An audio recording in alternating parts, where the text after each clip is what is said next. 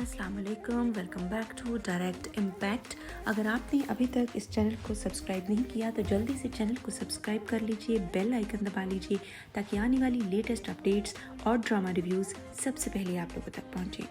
समझौता की 31st episode आज ऑन एयर हुई और हमने देखा कि जावेद साहब परेशानी में जब लॉन में टहल रहे होते हैं तो ज़ुहैब आता है और कहता है कि आपने गलत किया इस तरह से बिहेव करके, असद भाई के साथ ऐसे नहीं करना चाहिए था। और वही बात जो उसके भाई ने उसको सिखाई थी, बाप को ब्लैकमेल कर रहा होता है। वो कहता है ठीक है, अगर तुम्हें लगता है कि वो सही था तो जाओ जाके तुम भी यही करो। तो वो कहता है कि मेरे भाई ने सही कहा था, आप हमारे साथ ऐसे ही करेंगे। दिखाते हैं असद गुस्से में निकला था, एक्सीडेंट हो जाता है लेकिन ज़्यादा सीरियस नहीं होता, सर फटा है सिर्फ और हल्की फुल्की चोटें हैं।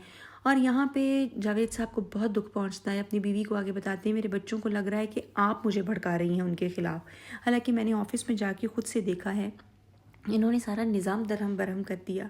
नरगिस जैसी अच्छी खातून जो है वो बेचारी सिर्फ अपने हस्बैंड को एक्टिव और हेल्दी देखना चाहती थी, इसलिए उन्होंने इनको जाने के लिए कहा था और ये कोई गलत बात नहीं थी। यहाँ पे महरीन और ज़ुहैब पता नहीं कैसे असद जैसे बंदे की बातों में आ गए हैं और ये भी अपने बाप के बारे में नेगेटिव सोच रहे हैं। हालांकि उसने कुछ गलत तो नहीं कहा, असद ने इतना बुरा किया, बाप है, बाप बदले में इतना भी नहीं कह सकता।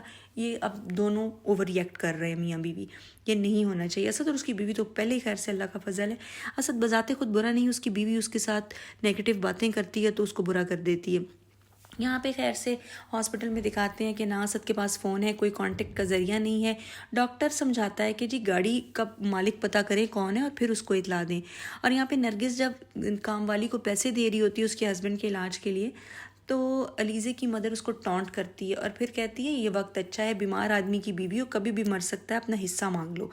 और तुम्हारे शौहर को भी चाहिए कि अपनी ज़िंदगी में हिस्सा दे दे। बेचारी इतनी बड़ी दुख की बात कि उसके हस्बैंड के मरने का कोई उसके सामने कह रहा है, बर्दाश्त कर रही होती है। पीछे से वकार साहब आके सुन लेते हैं और कहती हैं कि जिसने आपको ये फजूल बात को करने के लिए कहा उसको जाके कहते हैं मैं चैरिटी कर दूँगा अपनी जायदाद।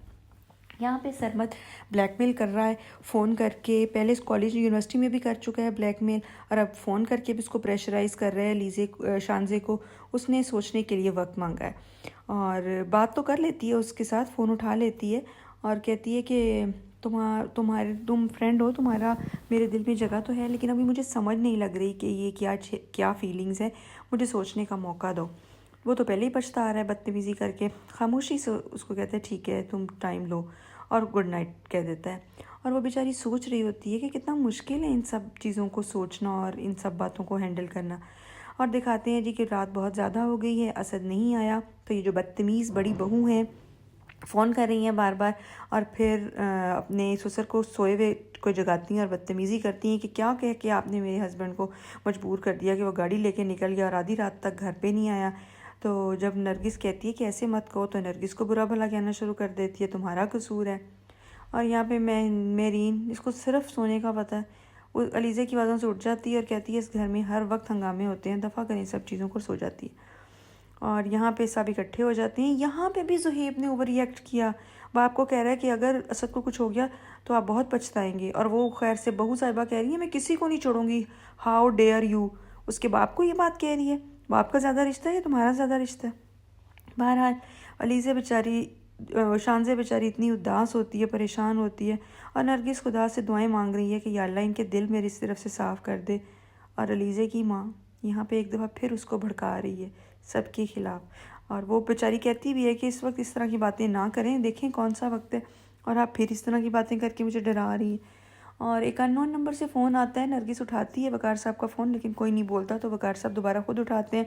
पता चलता है जी कोई बंदा कहता है आपकी इस गाड़ी का एक्सीडेंट हो गया, तो पता चलता है कि जी असद गाड़ी लेके गया था, एक्सीडेंट हो गया। दूसरी तरफ सरमत का बाप जो है वो कहता है तुमने फ़ोन ले लिया, दिखाओ कौन सा लिया। दिखाता है तो कहता है तुम्हारे पास तो इतने पैसे नहीं थे, इतना एक्सपेंसिव फ़ोन तुमने कहाँ से लिया। कहता है समझ लें किसी दोस्त ने उधार गिफ्ट किया है, जब मेरे पास पैसे होंगे तो मैं उसको दे दूँगा। स्टूपिड आदमी कोई होता है ऐसा, सच नहीं बता रहा बाप को। बहन कहती है हाँ किसी गर्लफ्रेंड ने गिफ्ट किया।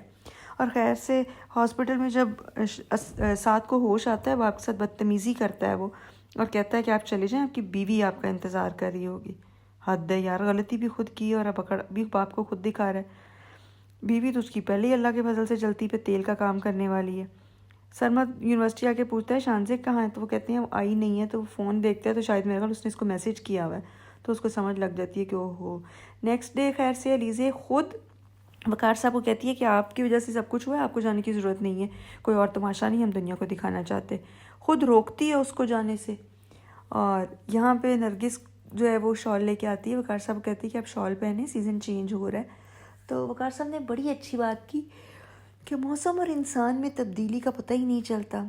तो नरगिस कहती है ये तो कानूनी कुदरत है, इंसान में तब्दीली आती है, हर चीज़ में तब्दीली आती है, हम भी तो कभी ऐसे नहीं थे जैसे आज हैं। और गैर से लीज़े पॉइजनिंग करती है जाके हॉस्पिटल में। असद को कहती है नरगिस आंटी तो फिर 2 दफ़ा आई हैं, अंकल तो 1 दफ़ा आए हैं, दोबारा आए नहीं हैं, अपनी करतूत नहीं बताई। वो फिर घर जाके क्या करता है, सबको मिलता है, बाप को मिलता ही नहीं है। जूते ज़ुहैब के भी लगने चाहिए थे, वो भी बाप को बुलाए बगैर ऊपर चला जाता है। यार बाप है, उसका घर, उसका बिजनेस, वो दे ना दे, आप लोगों का कहाँ से हक बन गया? इतनी बदतमीज़ औलाद को तो घर से निकाल देना चाहिए। वकार साहब आराम से खड़े रहते हैं, बल्कि फिर वो सोच लेते हैं कि ये तो मेरे साथ जायदाद की वजह से हो रहा है। बहन भी कहती है कोई बात नहीं, अभी तबीयत ख़राब है। बेटी भी कहती है बाबा कोई बात नहीं, ठीक हो जाएगा। वो वकील साहब को कहते हैं कि जी मुझे मिले, मैंने बच्चों के नाम जायदाद करनी है। बीवी को कहता है तुम्हें बुरा लगा मैंने ऐसे कहा? वो कहती जिस चीज़ में आपकी खुशी है उसी चीज़ में मेरी खुशी है, क्योंकि जो इज़्ज़त आपने मुझे दी वो मुझे कभी नहीं मिली थी, और मेरे लिए सबसे इम्पॉर्टेंट यही है। यहाँ पे एक सीन में जब मुंह पे हाथ रख के हाथ नीचे करते हैं जावेद साहब, मैं कहती हूँ वो इतना खूबसूरत सीन था। एक सीन बता गया कि ये बंदा कितना बड़ा एक्टर है। Excellent expressions. और फिर वो उनको महसूस हो जाता है कि ये बात गलत हो रही है। असद की बीवी अभी भी असद को पॉइजनिंग कर रही है, उनके खिलाफ कर रही है, फैमिली के, बाप के।